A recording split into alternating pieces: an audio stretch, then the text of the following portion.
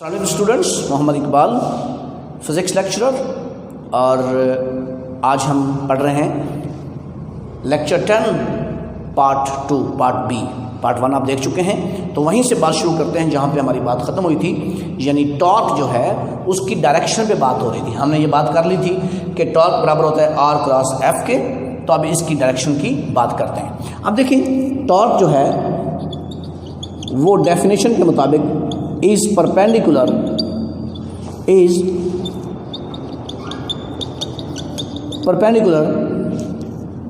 to the plane containing R and F।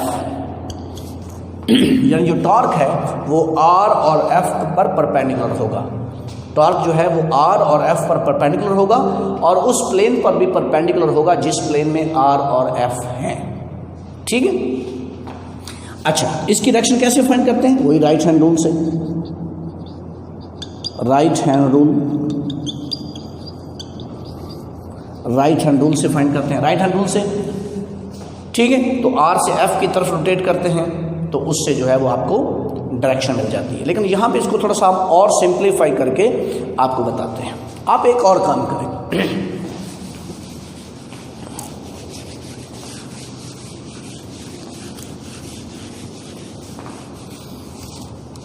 अब ये एक बॉडी है जो सर्कल में घूम रही है और टॉर्क उसको घुमा रहा है। ठीक है, टॉर्क उसको घुमा रहा है, फॉर एग्जांपल एंटी क्लॉकवाइज घुमा रहा है यहाँ पे।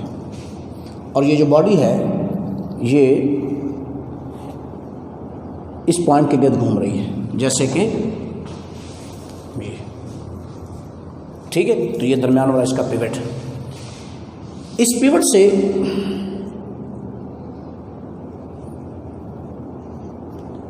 से एक गुजरने वाली परपेंडिकुलर लाइन हम ड्रॉ करते हैं। ठीक है,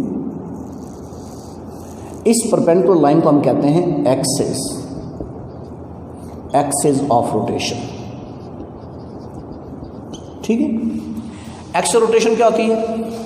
जैसे ये किताब है, तो इस किताब के अगर ये किताब ऐसे घूम रही है तो एक्सिस ऑफ रोटेशन क्या होगा? इसके ऊपर परपेंडिकुलर होगा और उसके सेंटर से यानी पिवट से गुजर रहा होगा जिस पॉइंट के गिर्द बॉडी रोटेट कर रही है। ठीक है, यहाँ से ये ऐसे नहीं होगा, ये ऐसे नहीं होगा, ये नॉर्मल टू द प्लेन होगा। ठीक है, मैं इसको डिफाइन ना कर दूं कि क्या होता है axis of rotation. Axis of rotation ये लाइन होती है, पॉइंट नहीं होता। अक्सर बच्चे इसको पॉइंट कह देते हैं। Axis of rotation, the line which is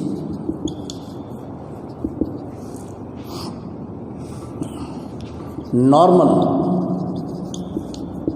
to the plane of rotation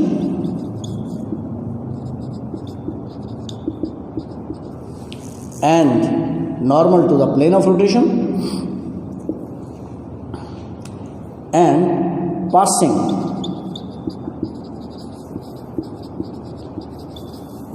through pivot। ठीक है, या पॉइंट ऑफ रोटेशन।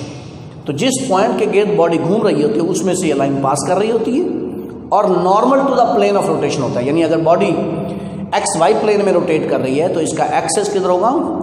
वो नॉर्मल टू एक्स वाई होगा, एक्स वाई प्लेन के ऊपर परपेंडिकुलर होगा, यानी अलॉन्ग जेड एक्सेस होगा। ठीक हो गया? तो ये अब ये है एक्सिस ऑफ रोटेशन।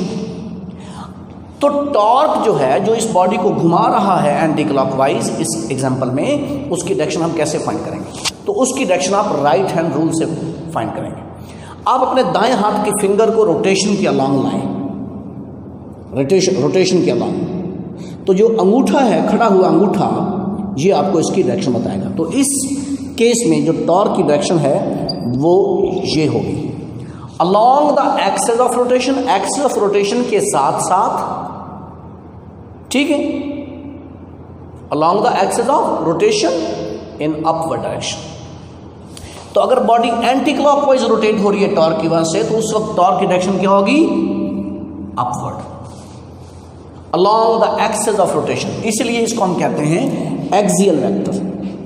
क्या कहते हैं? टॉर्क जो है वो क्या करता है? X along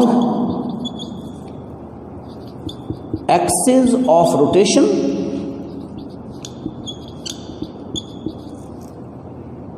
so it is called axial vector। तो जो एक्सिस ऑफ रोटेशन के अलोंग एक्ट करे उसको एक्सियल वेक्टर कहते हैं। और भी एक्सियल वेक्टर हैं, चैप्टर 5 में वहां पे जाके बात करेंगे, ठीक है। तो ये इसकी डायरेक्शन फाइंड करने का तरीका है। यानी आप अपने दाएं हाथ के फिंगर को रोटेशन के अलोंग लाएंगे और जो खड़ा हुआ अंगूठा है इरेक्ट थंब, वो आपको इसकी डायरेक्शन बताएगा। अब बॉडी जो टॉर्क है वो दो तरह से बॉडी को घुमा सकता है, या एंटी क्लॉकवाइज घुमा सकता है या क्लॉकवाइज घुमा सकता है। तो हम अब इसको बताते हैं इसकी sign convention.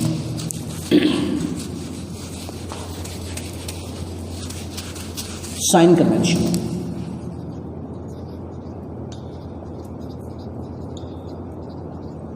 Sign convention anti clockwise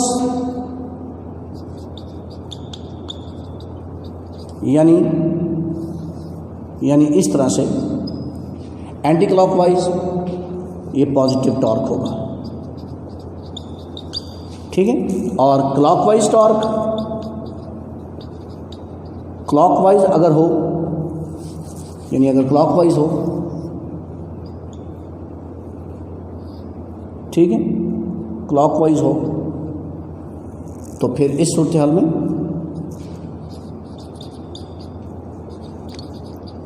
clockwise torque वो नेगेटिव होगा। अब यहाँ पे एक और कन्फ्यूजन आ जाती है। बच्चे से अगर पूछते हैं हम, मतलब एग्जामिनर पूछे कि टॉर्क की डायरेक्शन क्या है, तो वो क्या है, एंटी क्लॉकवाइज या क्लॉकवाइज। एंटी क्लॉकवाइज या क्लॉकवाइज ये टॉर्क की डायरेक्शन नहीं है, ये असल में उसका इफेक्ट है। टॉर्क एक वेक्टर क्वांटिटी है और वेक्टर की डायरेक्शन होती है, इस वेक्टर की डायरेक्शन होती है along the axis of rotation. इसको राइट हैंड रूल से मालूम किया जा सकता है, या ये अपवर्ड होगा या ये डाउनवर्ड होगा। अगर एंटी क्लॉकवाइज रोटेट करवा रहा है तो उस वक्त ये अपवर्ड होगा, इसको हम पॉजिटिव कह रहे हैं। अगर ये क्लॉकवाइज रोटेट करवा रहा है तो इसकी डायरेक्शन, वैसे डायरेक्शन इसकी डाउनवर्ड होगी, लेकिन इसको हम नेगेटिव कह देते हैं। तो इसलिए ज़रा इजीली जो कन्वेंशन है, जो आम तौर पे है कि भाई anti clockwise torque positive, clockwise torque negative, तो उससे ये कन्फ्यूजन नहीं होनी चाहिए कि ये टॉर्क वेक्टर है, उसकी डायरेक्शन एंटी क्लॉकवाइज नहीं है, ये उसका इफेक्ट है, ठीक है, ठीक है। टॉर्क की डायरेक्शन किधर होती है? Along the axis of rotation, upward या डाउनवर्ड हो सकती है। एंटी क्लॉकवाइज अगर रोटेट करवा रहा है तो पॉजिटिव हुआ, यानी अगर अपवर्ड है तो पॉजिटिव होगा, और अगर क्लॉकवाइज घुमा रहा है डाउनवर्ड होगा तो फिर ये टॉर्क नेगेटिव होगा। क्लियर हो गया? तो ये इसकी साइन कन्वेंशन होगी, ठीक हो गया। अब आखिरी एक इसमें बात कर लेते हैं, वो बहुत इंपॉर्टेंट है,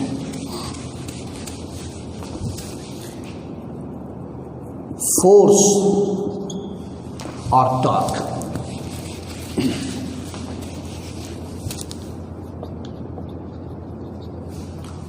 ठीक है, टॉर्क जो है, मैं यहां पे एक बात करूं, टॉर्क जो है, torque is analogous to force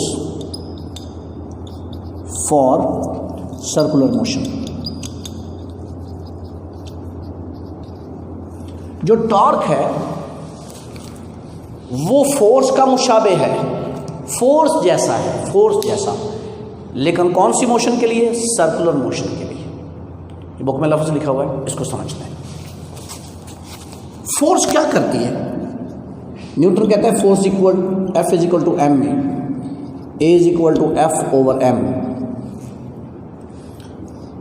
force क्या करती है? किसी बॉडी में लीनियर एक्सेलरेशन पैदा करती है। Force produces linear acceleration, ठीक है। When an unbalanced force acts on a body, it produces acceleration in the body in its own direction. तो फोर्स क्या करती है? लीनियर मोशन में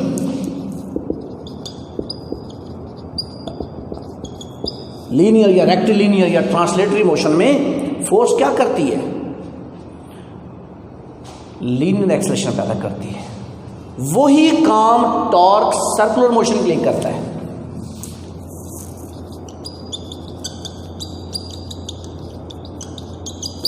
सर्कुलर मोशन के लिए क्या करता है? एंगुलर एक्सेलरेशन प्रोड्यूस करता है। एंगुलर एक्सेलरेशन, वैसे इसको अल्फा कहते हैं, चैप्टर 5 के अंदर बात करें। और इसका जो फार्मूला होता है torque is equal to I alpha होता है। यहाँ पे F is equal to M में, वहाँ पे torque is equal to I alpha. Chapter 5 में देखेंगे 12। ठीक है, तो जो काम लीनियर मोशन में फोर्स करती है वही काम सर्कुलर मोशन में टॉर्क करता है। लीनियर मोशन में फोर्स क्या करती है? एक्सेलरेशन पैदा करती है। तो एंगुलर मोशन में टॉर्क क्या करता है? एंगुलर एक्सेलरेशन पैदा करता है। ठीक हो गया? अच्छा, अगर एक्सेलरेशन जीरो हो, एक्सेलरेशन पैदा नहीं हो रहा, जिसका मतलब है कि velocity is uniform, velocity uniform है, तो विच इंप्लाइज दैट कि अगर एक्सेलरेशन नहीं होगा तो फोर्स भी जीरो होगी। m इंटू जीरो, फोर्स भी जीरो होगी। असल में ये कौन सी फोर्स होगी? ये नेट फोर्स जीरो होगी। नेट फोर्स जीरो होगी। न्यूटन का जो लॉ है उसमें नेट फोर्स या अनबैलेंस फोर्स की बात आती है। लिहाजा अगर बॉडी यूनिफॉर्म वेलोसिटी से मूव कर रही है और उसमें एक्सेलरेशन जीरो है तो उसमें नेट फोर्स जीरो होगी, उसमें फोर्स नहीं एक्ट कर रही होगी। जो फोर्स अप्लाई हो रही होगी उसको कोई फोर्स बैलेंस कर रही होगी और अनबैलेंस्ड फोर्स नहीं होगी। अगर 20 न्यूटन फोर्स अप्लाई हो रही है तो उसकी मुखालफत भी 20 न्यूटन फोर्स से हो रही होगी। 20 माइनस 20 जीरो, कोई नेट फोर्स नहीं होगी। अगर कोई नेट फोर्स नहीं होगी तो एक्सेलरेशन जीरो होगा। जैसे गाड़ी जो है वो कांस्टेंट स्पीड के साथ 80 किलोमीटर फी घंटा की स्पीड से सीधी दौड़ी जा रही है, सीधी, मोड़ नहीं काटती, सीधी, तो उस वक्त उसकी वेलोसिटी कांस्टेंट है, एक्सेलरेशन उसमें जीरो है, तो उस वक्त उस कार पे नेट फोर्स क्या होगी? वो जीरो होगी। उस वक्त उस पर नेट फोर्स जीरो होगी, नेट फोर्स जीरो होगी। इसलिए वो कांस्टेंट स्पीड के साथ जा रही है। जितनी फोर्स अप्लाई हो रही है उतनी फोर्स अपोजिशन में भी उसको मिल रही है और बॉडी तेज नहीं हो रही बल्कि कांस्टेंट स्पीड से दौड़ी जा रही है। बिल्कुल इसी तरह से अगर नेट टॉर्क जीरो हो जाए, नेट टॉर्क जीरो हो जाए तो फिर उसका अल्फा भी जीरो होगा, यानी एंगुलर एक्सेलरेशन भी जीरो होगा। और वो क्या होगा? जिसका मतलब होगा कि वो कांस्टेंट एंगुलर वेलोसिटी से मूव कर रही होगी। पंखे को आप ऑन करते हैं, पंखा रुका हुआ है, इस पे टार्क अप्लाई होता है, मैग्नेटिक फोर्स इस पे टार्क अप्लाई करती है, पंखा रोटेट होता है। अब पंखा जीरो स्पीड से तेज होता जा रहा है। अब इसमें क्या पैदा हो रहा है? Angular acceleration. तो उस वक्त आपका नेट टॉर्क है जो पंखे का अपोजिंग टॉर्क है, यानी वो अपोज भी कर रहा है, लेकिन उससे आपका जो करंट टॉर्क पैदा कर रहा है वो ज़्यादा है। तो अप्लाइड टॉर्क ज़्यादा है, ठीक है, और अपोजिंग टॉर्क कम है। डिफ्लेक्टिंग टॉर्क ज़्यादा है, जो उसको डिफ्लेक्ट करवा रहा है, उसको रोटेट करवा रहा है, वो ज़्यादा है, और अपोजिंग टॉर्क कम है, तो पंखा तेज़ हो रहा है। जैसे अपोजिंग में हो 10 न्यूटन मीटर लेकिन अप्लाइड हो 20 न्यूटन मीटर, तो अप्लाइड ज़्यादा है, पंखा तेज़ होता जाएगा। ठीक है, जैसे जैसे वो तेज़ होता जाएगा वैसे वैसे उसका अपोजिंग टॉर्क कम होता जाएगा, तो अप्लाइड टॉर्क भी कम होता जाएगा। ठीक है, और पंखा फिर एक ख़ास स्पीड पे पहुंच के कांस्टेंट एंगुलर एक्सेलरेशन के साथ मूव कर रहा होगा, उससे मज़ीद तेज़ नहीं होगा।